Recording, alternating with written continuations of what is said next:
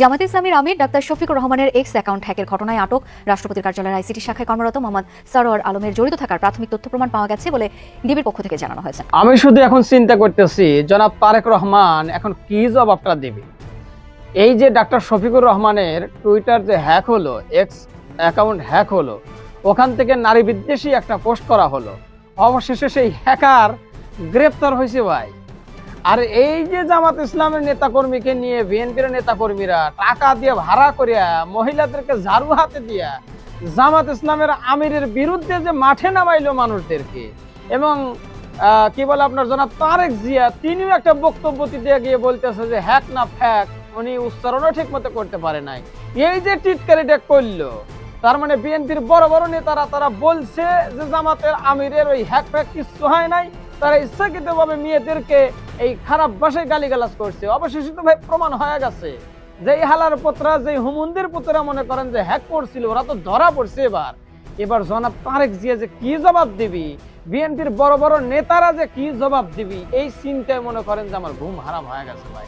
আপনারাই বলেন তো, জবাব আর কিছু আছে? 4 দিন আগে আমার এসআইডি হ্যাক করে জাত আইকান থেকে চালাই দিছে, আর এমনি একটা দল ঝাপায়া পড়ছে তাইরে নাইরে নাইরে বলে গান শুরু করেছে। লজ্জা!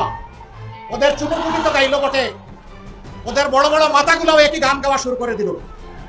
কাণ্ডজ্ঞান কোথায়? আলহামদুলিল্লাহ আমাদের সাইবার টিম ওদেরকে শক্তভাবে কবজা করে ধরে ফেলেছে।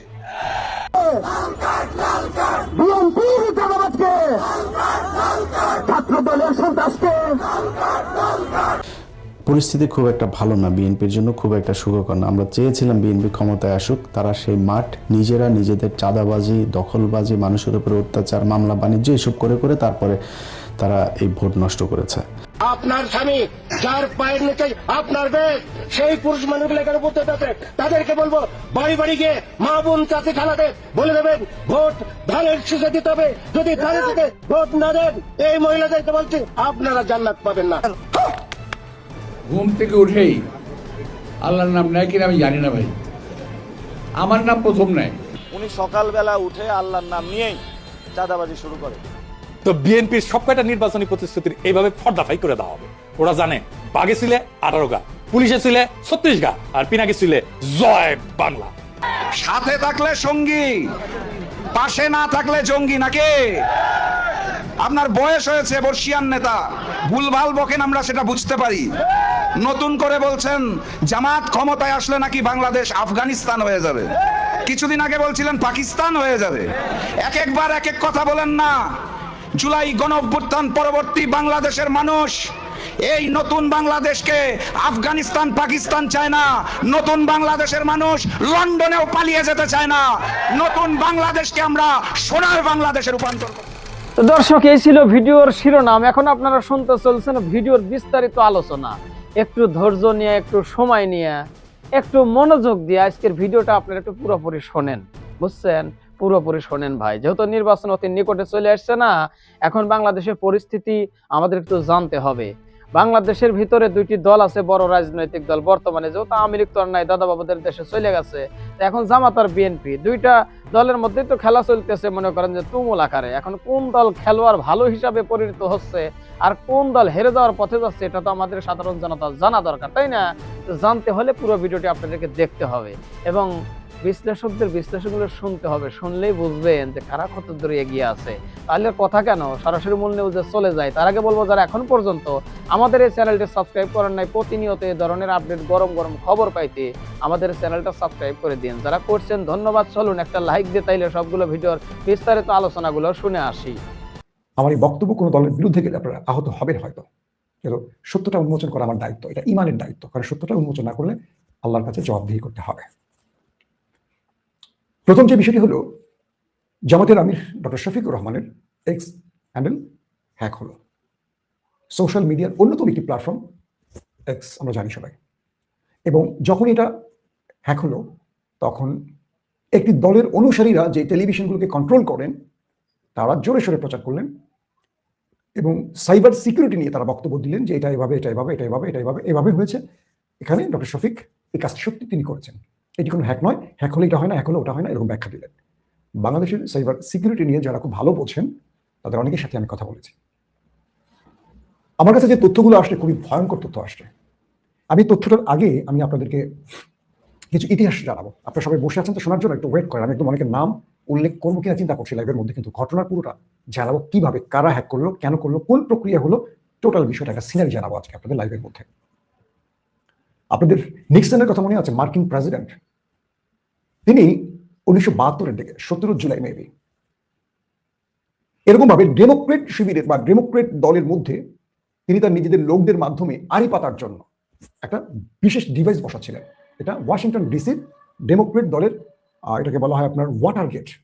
সেখানে ডেমোক্রেট দলের একটি কার্যালয়ের ভেতরে নিক্সন তার নিজেদের লোকদের মাধ্যমে একটা বিশেষ আড়ি পাতার ডিভাইস বসাচ্ছিলেন।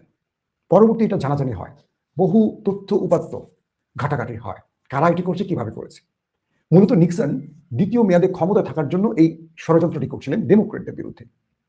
এবং ইন্টারেস্টিং ব্যাপার, তিনি দ্বিতীয় মেয়াদে নির্বাচিত হয়ে যান মার্কিন প্রেসিডেন্ট হিসেবে।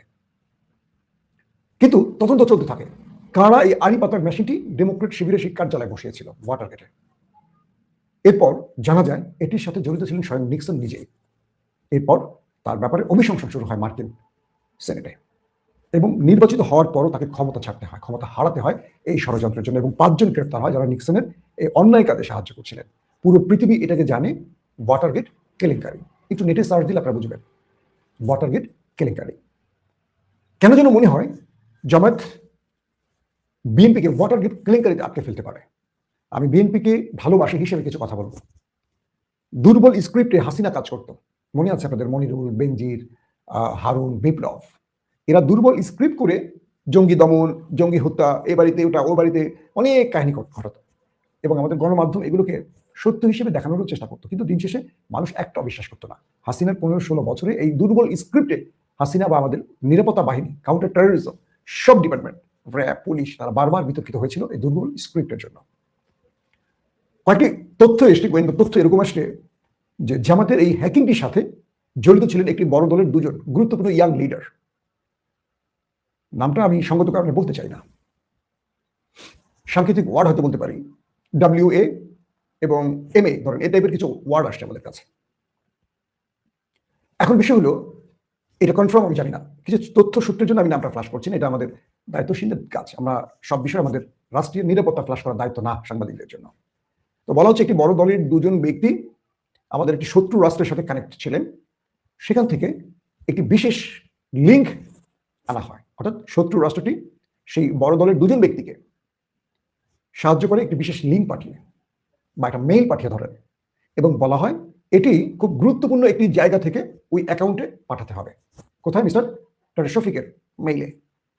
তো বলা হচ্ছে সেই 2 জন ইয়ং লিডার প্রেসিডেন্ট ভবনের, যিনি ফেসে গেছেন, তার কাছে পাঠান এই লিঙ্কটা এবং বলে দেন যে এটা এভাবে ওখানে পাঠাতে হবে, এইটুকু শুধু আমাদের হেল্প করা হোক। হয়তোবা দলীয়ভাবে, আদর্শিকভাবে তার এক, অথবা এই 2 জনকে খুশি করলে ভবিষ্যতে তিনি আর বড় কিছু পাবেন। তো মিস্টার প্রোগ্রামার, প্রেসিডেন্ট ভবনের মিস্টার প্রোগ্রামার কি করলেন, সরওয়ার আর কি তার নাম, তিনি এই 2 জনকে সহযোগিতা করলেন, অথবা তাদেরকে বিশেষ কোনো বাহিনীর গুরুত্বপূর্ণ এজেন্সি হয়তো সহযোগিতা করতে বলেছে, চাপ দিয়েছে, এমন হতে পারে। এই লিঙ্কটি ডক্টর শফিকের অ্যাকাউন্টে চলে যায়। যখন তার অ্যাকাউন্টে যায় তখন হয়তো তিনি সেখানে ক্লিক করেন। যেহেতু এই সিস্টেমগুলো, হ্যাকিং সিস্টেমগুলো এরকম যে লিঙ্কটা দেওয়া হবে হয়তো বা এক্সের মতো এসে, অথবা ফেসবুকের একটা লিঙ্ক যাবে, সেটা একটা পুরো ওয়েবসাইটের মতো লিঙ্কটা আসতে পারে। তখন ওখানে ক্লিক করলে হয়তো দেখাচ্ছে যে আপনার এক্স অ্যাকাউন্ট হ্যাক হয়ে যাচ্ছে, দ্রুত আপনি এখানে অথেন্টিক কোড বসান, পাসওয়ার্ড চেঞ্জ করেন, এরকম কিছু সংকেত আসে। যখনই এটি আসে, আমার ইউটিউবটা এভাবে হ্যাক হয়ে গিয়েছিল, পরবর্তী এটা উদ্ধার করা হয়েছিল। হঠাৎ করে এরকম আসছে, আমি মনে করছি যে ইউটিউব থেকেই আসছে। পাসওয়ার্ড দেওয়ার পর থেকে আমার আর কন্ট্রোলই নেই আমার ইউটিউব। 2 দিন আমার দখলে, আপনারা যে ওপেন ডাইস দেখছেন, এটা আমার 2 দিন আমার কন্ট্রোলে ছিল না, আপনারা বুঝতে পেরেছিলেন পরবর্তী। তো যখন কোনো ব্যক্তি সেই ফেক জায়গাটিতে একটু ভুলবশত অথেন্টিক কোড বলা হয় বা কোনো পাসওয়ার্ড চাওয়া হয়, একদম ধরেন ফেসবুকের মতোই আদলে একটা লিঙ্ক আসবে বা এক্সের মতোই আসবে, এরকম ওই পাসওয়ার্ডটা যখন আপনি দেবেন, এই পাসওয়ার্ডটার কন্ট্রোল সরাসরি ওই যে শত্রু দেশ সেখানে চলে যাচ্ছে, কারণ লিঙ্কটা ওই দেশ থেকে পাঠানো হয়েছে, এরা শুধু কপি করে ওখানে পাঠিয়েছে। তো বলা হচ্ছে যে এরকম ভাবে সেটি চলে যায় সেখানে, এবং সেখানে তিনি হয়তো বা ভুলবশত, এগুলো অনেক কিছু আছে যে পুরোপুরি কনফার্ম তথ্য না, ধারাবাহিকতা এরকম একটা বর্ণনা আসছে আমাদের কাছে, যেটা শেয়ার করছি। এরপর তিনি যে অথেন্টিক কোড দিয়েছেন বা পাসওয়ার্ড দিয়েছেন, সরাসরি সেই শত্রু রাষ্ট্রের কাছে পুরো পাসওয়ার্ড চলে যায় এবং পুরোপুরি সেটা হ্যাক হয়ে তাদের নিয়ন্ত্রণে চলে যায়। তারপর সেখান থেকে আপত্তিকর একটি নারীদের বিষয়ে পোস্ট হয়, ধরেন, কারণ এটি পরিকল্পিত বোঝা যাচ্ছে। জামায়াতের আমিরের সাম্প্রতিক যতগুলো বক্তব্য আমরা দেখেছি, এটা বিরোধী দল বলে না, রাষ্ট্রের রাজনীতিতে শিষ্টাচার বা সৌন্দর্যের জায়গা থেকে আমি বলবো যে তিনি নারীদের কর্মঘণ্টা কমানো, তাদেরকে মা বোন সম্বোধন করা বেশ সুন্দর করে প্রেজেন্ট করেন। তিনি এইভাবে কাউকে বেশ্যা বা পতিতা তুলনা করবেন, এটা অ্যাটলিস্ট আমি বিশ্বাস করিনি। আর যারা বলছেন তারা বিশ্বাস করেন না, তারা রাজনৈতিক কারণে নির্বাচন সামনের জন্য বলছেন। এটার সঙ্গে তারেক রহমান বিশ্বাস করেন, এটা আমার মনে হয় না। 12 তারিখ নির্বাচন হয়তো বলা লাগবে বলছে, এটা বলি রাজনৈতিকভাবে, এটাকে আমি খুব বড়ভাবে দেখছি না, কিন্তু ষড়যন্ত্রটাকে বড় করে দেখছি। এখন বলা হচ্ছে যে এরপর জামাত শিবিরের আইটি সেল এটার মধ্যে ঢুকে পড়ে মানে যখন তারা বুঝতে পারে এটা নিয়ে বড় কিছু ঘটতে যাচ্ছে, তখন তারা প্রেসিডেন্ট ভবনে ঢুকে পড়ে। আপনাদের একটা তথ্য দিয়ে রাখি, আওয়ামী লীগ এবং জামাতের একটা মিল আছে। মিল কি জানেন? তারা তাদের মেধাবী মুখগুলোকে যোগ্য জায়গায় বসায়। সবসময় দেখবেন আওয়ামী লীগের মধ্যে মেধাবী লোকগুলো সবসময় ভালো ভালো জায়গায় বসে। তাদের রাজনৈতিক নেতারা যত বড় বাকওয়াস হোক না কেন, কিন্তু গুরুত্বপূর্ণ জায়গাগুলো তারা মেধাবী বসায়। যেমন ধরেন গবেষণা সেল। বাংলাদেশের সবচেয়ে বড় তারকারা কারা? আওয়ামী লীগ করে। কেন আওয়ামী লীগ করে খেয়াল করবেন। এবার নির্বাচনে কয়টা দল আমাদের তারকাদের মনোনয়ন দিয়েছে, কিন্তু আওয়ামী লীগ দেয়। আওয়ামী লীগ এই জিনিসগুলো ভ্যারিয়েশন করে।